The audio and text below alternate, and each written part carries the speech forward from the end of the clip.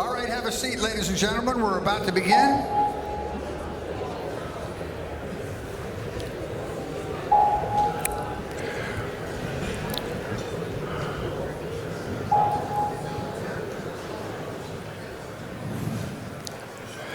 Our next session features a discussion about ocean desalination, and this is really a fascinating topic for those of us in Southern California because ever since the drought, our awareness about this as a potential has been heightened. To moderate the session, we have Cedella Beazley, the Regional Commercial Director of the Americas for Dow Water Process Solutions. In addition, Cedella is the General Manager of the Clean Filtration Technologies, a subsidiary of the Dow Chemical Company. Please join me in welcoming Cedella Beazley to the podium.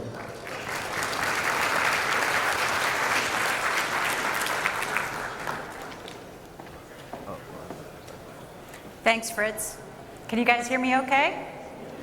All right, very good. As Californians, actually I'm from Minnesota, but that's okay. It's warmer here, I like that. Invite me back in February, please. As Californians, we're barraged with water conservation messages throughout the state's 5-year historic drought. And I think it's been longer than 5 years, and it's going to come back again. So many people are asking, why do we not tap the Pacific Ocean for drinking water, as many arid countries around the world have done? Australia, Spain, the Middle East, all use seawater, ocean water to create their potable water, to supplement their water supply. For example, just a few years ago, Israel was in the clutches of its worst drought in almost 1,000 years. But now, through desalination, that country makes more fresh water than it can use. So why can we not do the same here in California?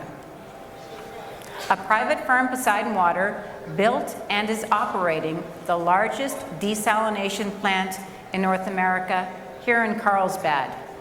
A similar project is being considered in Huntington Beach. But is the public ready to accept the additional cost of desalinated water? And if they are, can these projects get through the permitting process? Can they gain the trust and support of environmentalists? Desalination plants have the same image problem as Bruce, the great white shark in Finding Nemo. I'm a nice water project, not a mindless spending machine that randomly charges higher rates than other sources. But if I am to change this image, I must first find myself. Fish are friends, not food. We were talking about fish last night. So in this session titled Under the Sea, we will hear about a community that built a desalination plant, mothballed it because they thought they were out of the drought, and then decided to bring it back online, as well as 2 other agencies trying to get their desalination plants built in their communities. Our speakers in the next session include the Honorable Helene Schneider, Mayor of Santa Barbara, David Stoldt, the General Manager of the Monterey Peninsula Water Management District, and joining us today from the West Basin Municipal Water District is its Co-General Manager, Shivaji, Deshmukh. Please welcome our speakers to the stage.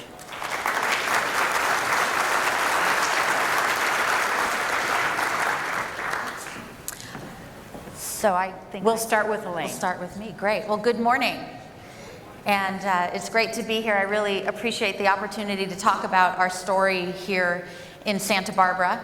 And in honor of Disneyland, which is a great storyteller, I thought I'd start by saying, not so long ago in a city not far, far away. But what happened in Santa Barbara, and was mentioned that the city leaders back in the late 80s over the last drought had decided to go into desalination as one of many options. It was a very significant drought. At the time, the city of Santa Barbara really only had Lake Cachuma and its own well waters and Lake Gibraltar and the Gibraltar Dam, which is owned by the city. So at the same time, in 1989, both the city residents actually voted on both desalination and state water at the same time, and both passed. And it was just showing how dire that drought really was. And if you know Santa Barbara, the Lake Cachuma and Lake Gibraltar are on the other side of the Santa Ynez Mountains, and so the water that we get goes through these tunnels. So it felt a little far away, but yet Lake Cachuma, you can see it's along a scenic highway 154. And when you see those water levels go down and down, you have this daily reminder of what's not there. And so our voters had the foresight to say this should be one of many options. So in 2 years, really, between 1990 and 1992, the contracts, permitting, and everything got online, and the city leaders at the point, we had a big celebration, and they started drinking desalinated water, and then what was known as the March Miracle happened. And over the course of the drought, there was one particular month where the Lake Cachuma was pretty much down to as low as they thought it could go at some point. It's been worse since. But in 1 month, the Lake Cachuma rose and the dam spilled. So we had all this water all of a sudden, plus then getting into state water and having an extra source of distribution of water.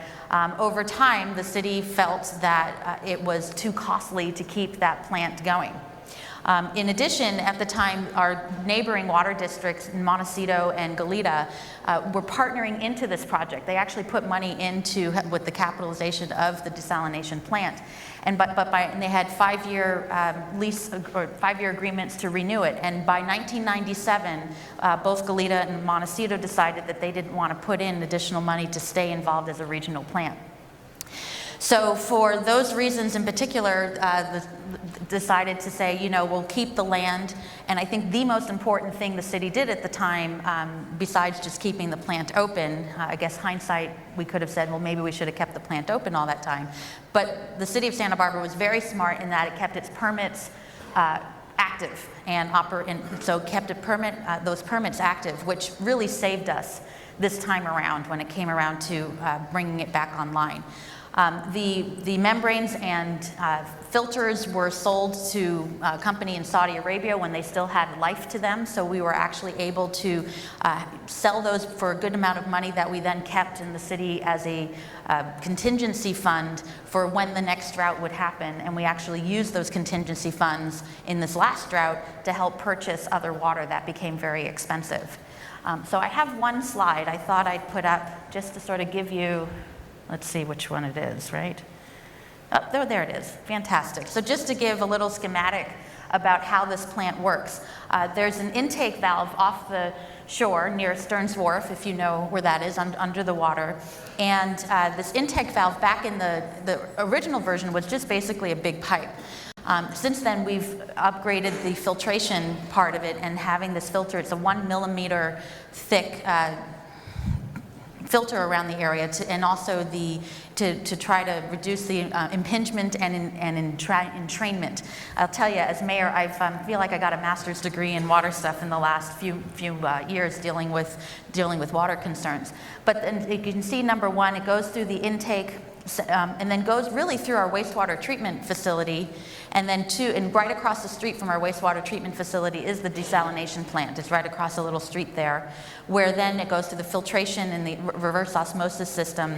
The post-treatment, everything's taken out. We actually put some minerals back in, and then it goes into the water system, the desalinated water. The brine then goes back through our wastewater treatment facility, where it gets mixed into our treated wastewater and then slowly filtrated back out, as you can see on number 4 right there, about a couple miles out offshore. So the one concern about brine was it's mixed in with the treated wastewater that's already going out, so it's not, that salinity factor is actually quite reduced. So that was the system there. And so when it came time to the next drought, our Lake Deshmukh spilled. The last time it spilled was in 2011. And as we were getting into this drought, it was just getting worse and worse and a lot faster than we thought. As Fritz was mentioning earlier about the whole drought situation, we're still in a drought in the city of Santa Barbara. And we had one of the worst areas. I'd like to always think that Santa Barbara is exceptional, but when that term's used for the drought, I didn't really like it too much. But it was really quite a large impact and a big eye-opener in terms of where we were. And I think people knew that. They understood it. City of Santa Barbara and its residents were amazing when it came to conservation. We were one of the top water conservers in the state. With we reached up to close to 40%, and we're still currently around 36%. With our current drought situation, we're still aiming for a 30% conservation rate and are hitting that month after month. Even with the different messaging that we're now seeing throughout the state saying the drought is over, we're still trying to keep that message that the drought's still around here. So back in 2014, back in 2010, the City Council put together its updated water supply management plan. And desalination was always part of the equation, always part of that diversification of efforts. But it was always seen as the last resort. And we kept talking about that as a last resort. So when the drought was coming on, we went through conservation. We're talking about recycled water. We have state water. We have carryover water. We have Kachuma water. We have Gibraltar water. And we really were getting to that last resort and looking ahead about what it would take to get that desalination plant back online. We knew we needed to act and act fast. And so had to go through the Regional Water Quality Control Board and the Coastal Commission for a repair permit. And made some very significant efforts, worked with some experts in the field to help us navigate through that permitting process in getting the Coastal Commission, some of them very reluctantly, but ultimately unanimously approving a repair permit. And they knew that we had a vested right with this old facility. So we had the permits and we still had the land. The thought of even trying to find a plot of land for a new site for desalination, I think, would be almost impossible. And if we had to go through the permitting process, I think we would still be talking as opposed to building something because the rules have been changing. So that has been part of the issue. And I have to say, the council, through its staff, we would have monthly meetings at a council meeting about a drought update, and desal was part of that. So it brought it in the big picture, a big holistic approach about what we were doing in this drought. And we got to the point where we had to settle and vote on a $55 million contract to get through and construct this desalination plant. It was a design, build, operate contract with IDE, and it was a big deal. And literally the week or two before we were making this decision, we're hearing from Fritz and other people, the Godzilla of El Nino coming in the next time. And in the back of our minds, we're thinking of 25 years ago of the March Miracle and not wanting to have deja vu all over again. And that was, the council unanimously still said we need to do this. And I think two things have changed. One was, as was mentioned earlier, this idea that we're in a new normal, that these droughts are going to come and go and come again. And the thought of having to go through this kind of panic approach of mothballing and recommissioning something as significant as a desalination plant, we don't want to go through that over and over again. The other piece is, and we're still hoping to work on this, is that this is one of many parts of our water supply. And and we hope to make it more of a regional approach like we did 25 years ago.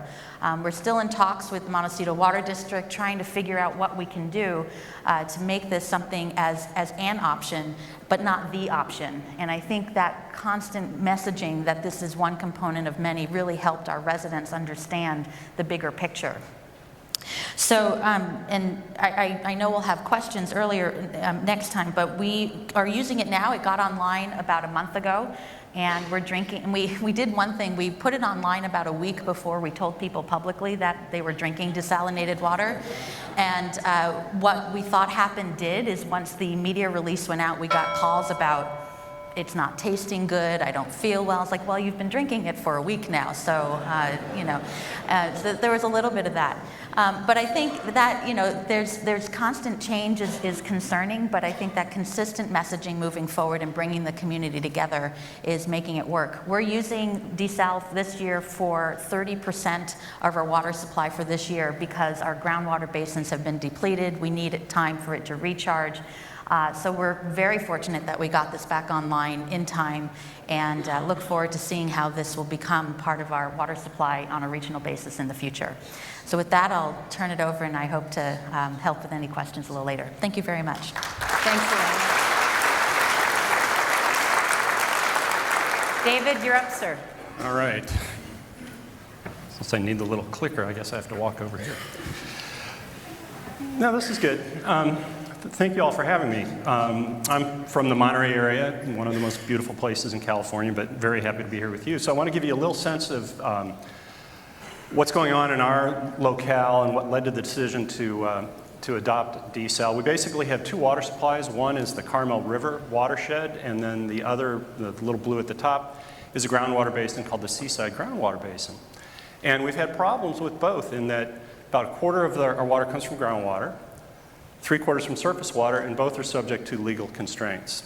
We had an adjudication in the early 2000s on the groundwater, and we had, in 1995, a state board order to get off the Carmel River down to about 30% of our then existing supply, and that was re-upped with a cease and desist order in 2009. And what that's led to, with the pink is our groundwater supply and the green is our Carmel River water supply, and both of them you can see are in decline based on legal constraints. And in 2021, we hit what's called the cliff. We're going to fall off the cliff and we have to replace that supply. And so we were looking at what do we do to develop a new supply. Also in 1995, we had a vote on a dam project that failed miserably. And so the prospect of revisiting a dam was discussed, but there's certain other issues related to that we'll talk about. So we've got this supply gap that we have to fill, if you will. We can't conserve to meet our needs.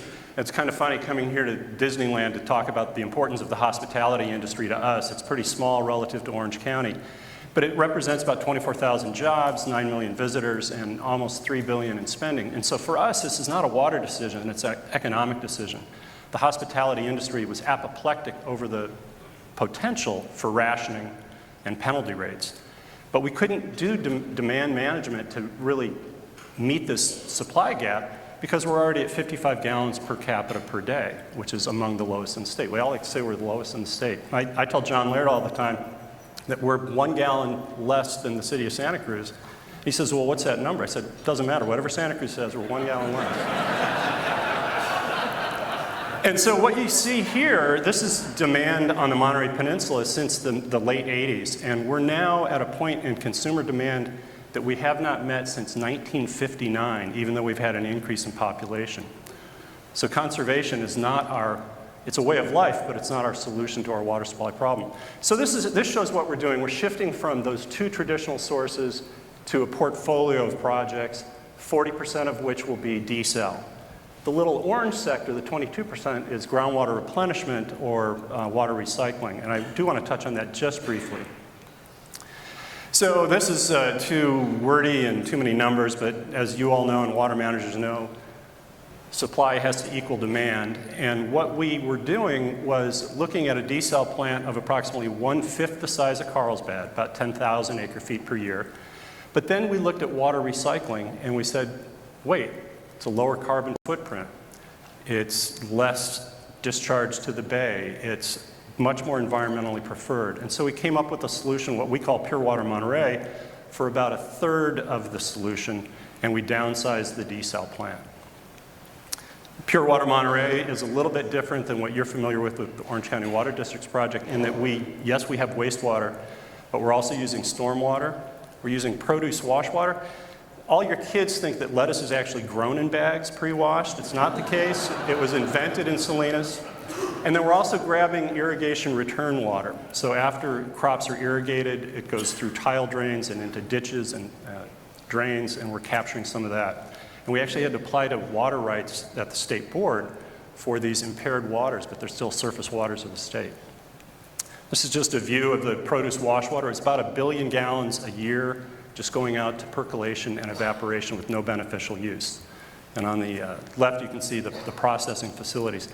Absolutely increase the margins on lettuce product. We are the salad bowl of North America. So desal, we have a desal project. About 9.4 MGD was reduced down, 9.6 MGD was reduced down to about 6.4 million gallons per day. So it's going to be about 6,200 acre feet. You know, small relative to what's going on in Carlsbad. The draft environmental impact report was out in March, and comments have been received. It looks like a blueprint for litigation. The final EIR will be out in November. It's about a $322 million project, some of which is already in process with a pipeline and a pump station. For those of you who've been to Monterey, it's actually north of Monterey. The intakes, we've gone with slant well technology instead of an open water intake, so different than Santa Barbara. And the reason for that, we'll talk about a little bit at the end of this presentation, but there will be a well field of intakes at about a 19-degree angle heading out towards the mean high tide mark. And then the water is brought into a North Marina facility very close to where Pure Water Monterey will be located, piped down to the urban core. So most of the activity is taking place out where fields are growing artichokes and sand dunes are growing snowy plovers and things like that, very remote, and then piped into the urban area. This is a really bad graphic of the test slant well. So there is one slant well out there that's been running for about a year and a half. One of the issues that we've had with pulling water in from the ocean through the bed of the ocean is that it also picks up some fresh water along the way. Right now it's averaging about 8% fresh water. And there's a rule in the Salinas Valley that all groundwater has to remain in the Salinas Valley for the benefit of the growers, and now with Sigma for the benefit of groundwater management. So that 8% fresh water actually has to be manufactured at the desal plant and returned to the Salinas Valley. Schedule, Pure Water Monterey will come online in May of 2019, and then the desal plant March of 2020. So that's our new approach to the portfolio, and these are some of the drivers for how we got there. We're an orphan community. No snowmelt, no Bay Delta connection, no Colorado River aqueduct. We have to fend for ourselves. And so similar to Santa Barbara, they were able to vote to become part of the State Water Project. Not a position you really wanted to be in during the drought, of course, as all the contractors were backed off, but we don't have that option, so we have to fend for ourselves. I mentioned the failed dam project. We were told by National Marine Fisheries Service, NOAA, back in the late 90s that the steelhead was now a threatened species under the Endangered Species Act, and the likelihood of bringing a dam project back was very low. Ironically, the sustainable special at the Disney Napa Rose restaurant last night was steelhead.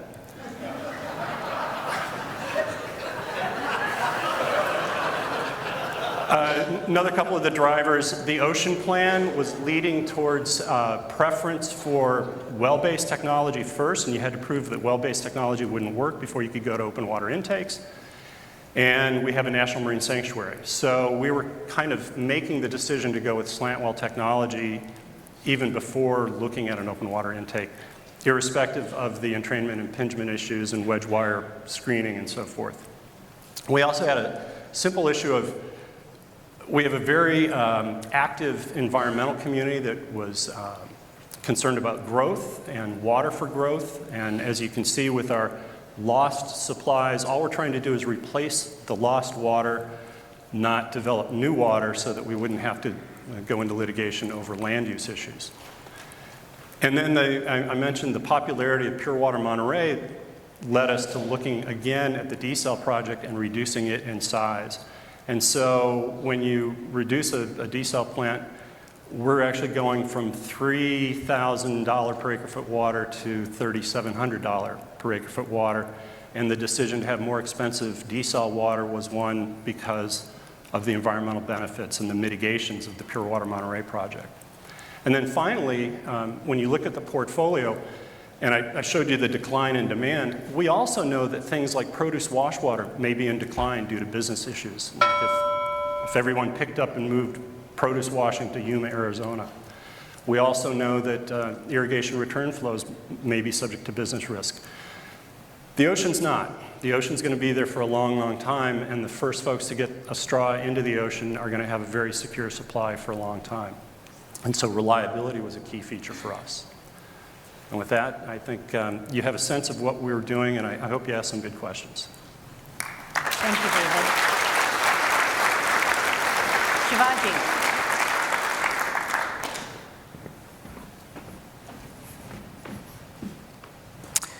Before I begin, I just want to express our appreciation to the directors of both MODOC and OCWD for hosting this conference today, and also Mike Marcus for allowing West Basin to present our story.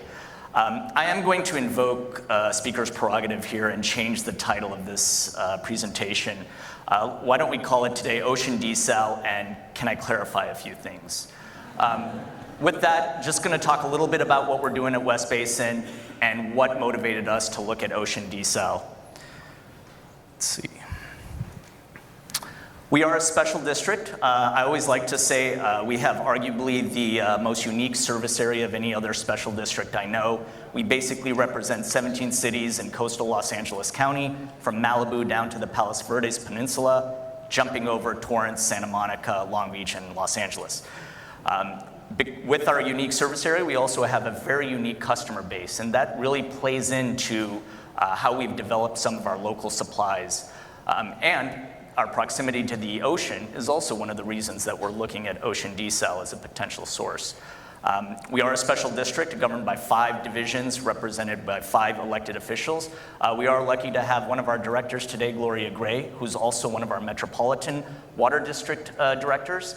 And it's important to point out we are one of the 26 member agencies of Metropolitan. So where do we get our water from? Back before 1990s, our customers got the water either just a little over 3/4 from us through Metropolitan, imported water from the Colorado River or Northern California, but they also relied on groundwater for about 20% of their supply. Our board was very proactive in the early 90s. After that significant drought in the late 80s, they recognized we needed to develop some local supplies. And at that time, there wasn't a significant amount of recycled water being developed in our service area. Because of the actions they took, right now we have about 40,000, up to 40,000 acre feet of recycled water for our service area and surrounding areas. One of the things that they've asked staff to look at is, because of our proximity to the ocean, can we develop ocean desal as a potential source? They didn't do it by just saying, look at ocean desal. They said, we recognize there's some concerns out there. There's some challenges associated with desal. Let's see what we can do to address those and develop a program. It is important to point out that we are not moving forward. We don't have the approval to move forward with the desal project right now. Most of our time over the last 15 years has been focused on environmental protection research and energy reduction research associated with the desalination program. We're currently developing the EIR for that, and our board's going to have to make a decision soon how we move forward. But just want to point out that we currently don't have ocean desal as part of our supply. We're not doing this solely. I mentioned the 40,000 acre feet of recycled water we have. We've been tasked, and most of our focus at West Basin is going to try to maximize the amount of recycled water, and we think that demand is about 70,000 acre feet in and around our service area. Conservation's still at the top of our list in terms of demand reduction, and we've been very successful there working with our customer agencies. Probably what we're most well known for at West Basin is treating the wastewater that we recycle to 5 different qualities for the different uses within our service area. Because we have an industrial base, our proximity to the ports of Long Beach and LA, there's a lot of industrial use that doesn't need to necessarily use potable water. So we've developed different qualities of water working with private industry in the South Bay. Number 3, though, we do a small amount of indirect potable reuse, something that's done on a very large scale here in Orange County. So we work with our partner Water Replenishment District to provide that water. Because of that, over the past 20 years since we've been in operation, it's that much less water, 175 billion gallons of water that we've not needed to import from Northern California or the Colorado River. So on to those clarifications. We've listed 8 here. We get these questions a lot. We've done polling in our service area. We found there's general support for desal, but there are questions that do come up. And one of the things that's given us and our board a lot of comfort are these are the same questions that the board has been asking of staff as we moved forward with this project. Desal uses too much energy. Plants will turn out to be like Australia's, quote, white elephants. We will, quote, suck in ocean water. Will we create toxic plumes when we discharge the brine out into the ocean? Is it the most expensive of the local water supplies out there? Should we do reuse instead of desal? These facilities are going to look like monstrosities, and desal plants will be noisy. So I just want to talk about a few of these and what we've done.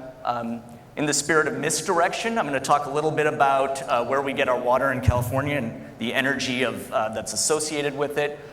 Here is just a breakdown of some of the sources of the electricity within the state. But one of the things that comes up a lot is, oh, water uses so much energy within the state of California because we've got such a unique system of transporting that water literally over mountains. It is true, about 12% of that is water, related to water.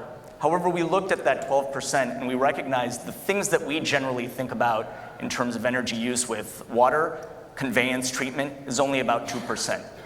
That's not to say anything about desal. All said and done, desal does use a lot of energy. Just throwing the numbers out there, it uses about 50% more than what it takes to import water into Southern California. So it's a very important point to think about for our policymakers, that when we look at this as a source, is the energy amount something we can live with? While we're looking at that, we're also looking at ways to reduce the amount of energy within the plant. We are going to be using membrane technology. What can we do to be more energy efficient? And then also, we can make decisions about where we get that energy from. Should this be a 100% renewable plant? That's something the board can direct us to do as we develop this project. We get the Australian comparison a lot, so we thought it was important to look at who we should compare into Australia. It's a pretty big country. Most of the time they look at the projects on the East Coast, but coincidentally, Perth on the West Coast most mimics our precipitation patterns. And so we look at their experience there with ocean desal and indirect potable reuse, and they actually have plants running full time and not being mothballed. So we thought that was some good perspective for us, unlike what we've seen on the East Coast. We also are looking at ways to intake the water in a safe manner. One of the things that's happened as we've been developing this project is the ocean plan amendment within the state. Some of the most environmentally protective regulations in the world, and we've been trying to meet all of those. So looking at ways to bring the water in a very slow velocity with a very narrow 1 millimeter screen to prevent the marine life from going in. And then also ways to discharge that salty brine so that we can mix it quickly and reduce the amount of highly saline area around our discharge points. And here, these are a couple examples where we're learning from the industry, whether the intake testing that was done in Northern California or some of the different ways to discharge and get high mixing velocities that took place in Australia. A little bit about cost. This is out of the Integrated Water Resources Plan from Metropolitan, the update that took place a few years ago. Many people think that desal is the most expensive. In a rough sense, I would say desal is one of the most energy intensive uses of all the supplies, but it's not necessarily the most, it's not the highest cost. Based on a survey done by Metropolitan, you can look at centralized stormwater projects, which may have in the past been very cheap with the existence of dams and large reservoirs behind them. But if you had to build new ones in our highly developed urban area, it could be costly. Distributed stormwater is very, very expensive because you're doing it at a very small scale. And when you calculate that out on the acre foot, it could be quite high. One thing to point out too, all of these projects are things that we want to be involved in and continue to look at. Groundwater recovery, also very competitive at $1,200. Recycled water, there's a wide range here from doing it at a large scale with the convenience of being next door to a wastewater agency to having a decentralized system. So there's varying costs there. And then there's seawater desalination, which we feel there's a tighter range there. But like I said, energy use may be higher, but the cost may not be as much. So just a few things to close in terms of debunking the myths. I didn't talk about all of those, but I wanted to highlight a few. It's important to remember that when it comes to conveyance and treatment, it's actually only 2% of California energy use. And there's a lot of ways to be creative when you're looking to power a desal plant. When we think about comparisons to Australia, let's look at their West Coast and what happened in Perth. There are ways, there's engineering solutions to bringing water in slowly and getting that water out to mix so that you don't create those zones of high salinity.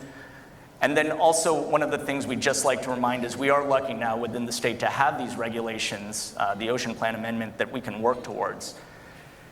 And then one of the other things that we're seeing now is, in a very simplistic manner, we've recycled all the water that's easy to recycle, and that usually results in lower cost.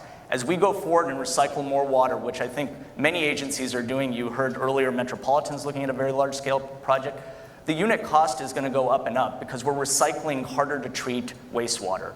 So that's a challenge the entire industry in Southern California is going to face. But from a desal comparison perspective, you're starting to see that those numbers are actually pretty competitive. With that, I do want to point out once again that these are the issues that our board is dealing with. The status of West Basin's project is that we are developing the final EIR document, and we hope to release that in a few months, and look forward to getting comments from our public and stakeholders. Thank you. Thank you, Shivaji.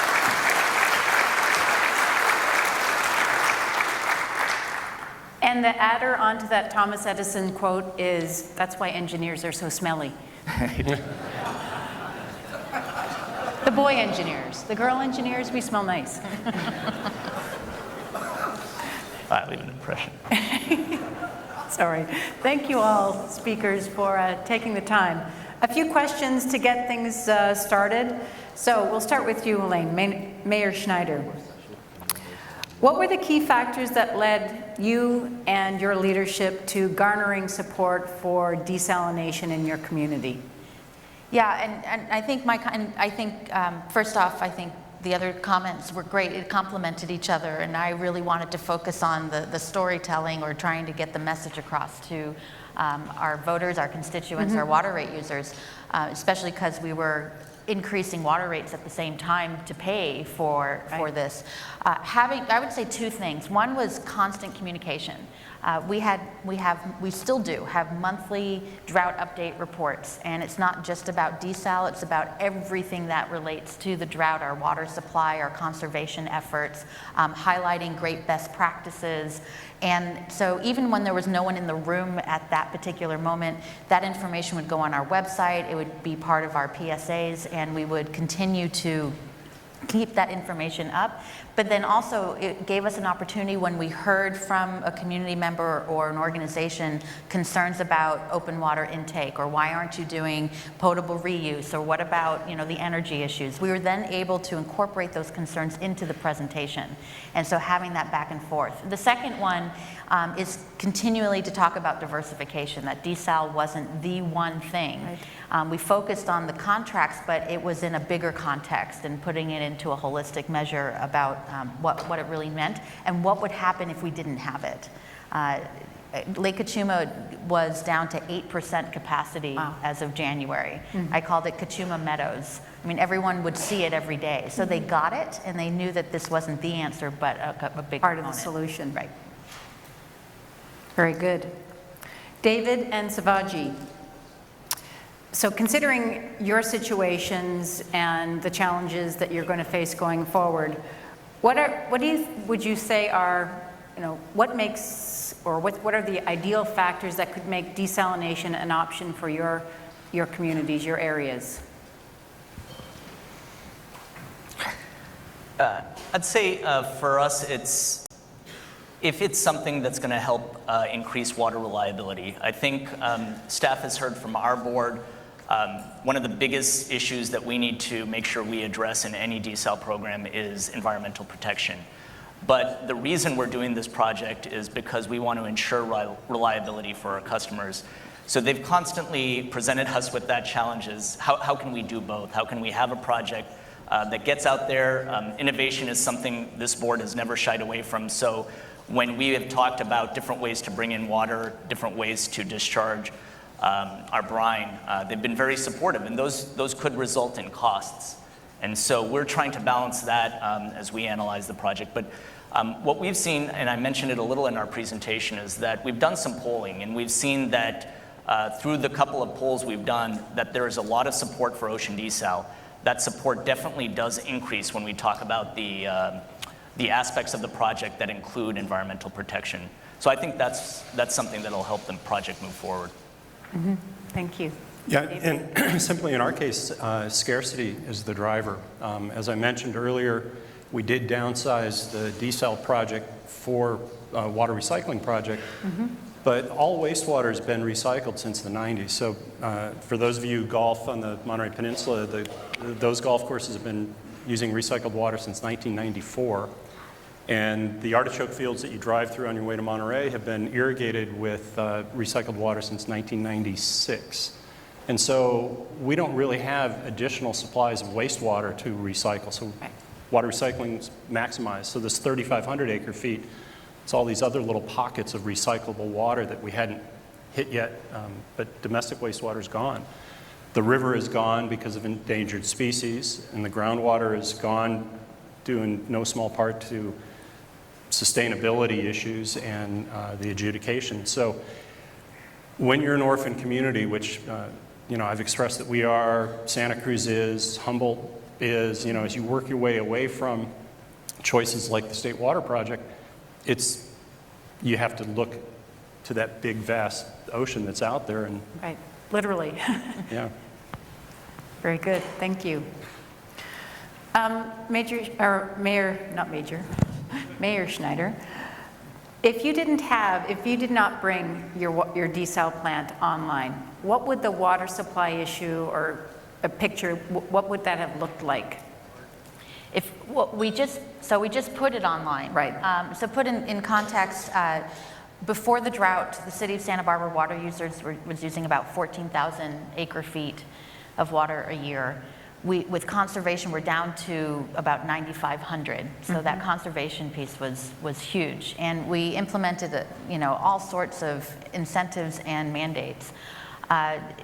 The desal plant for this year is covering 3,100 acre feet, so that would be the number we'd have to find. We would, I guess, have to purchase other outside water. The challenge, though, is we had water stored in San Luis Reservoir, and that spilled, and we lost the capacity to that.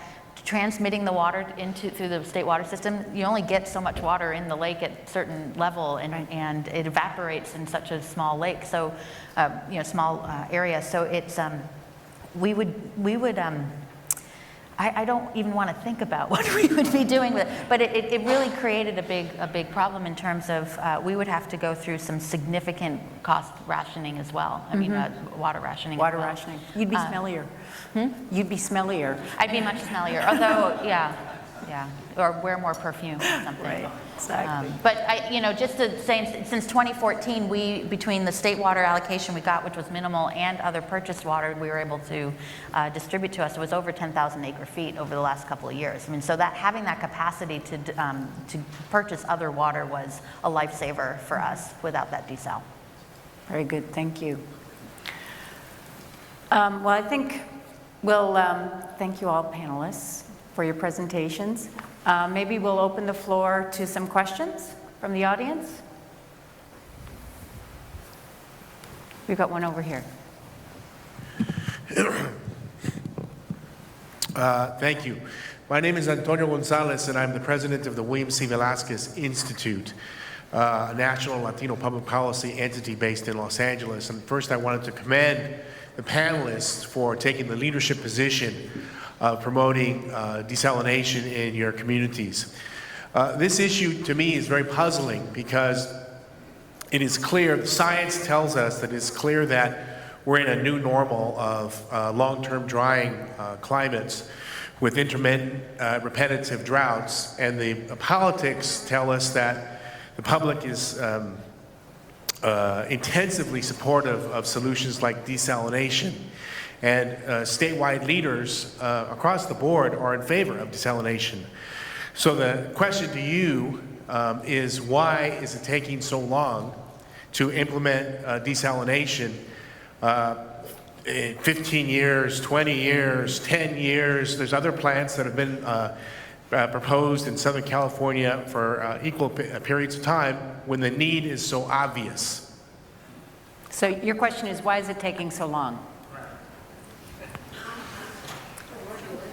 Well, in our case,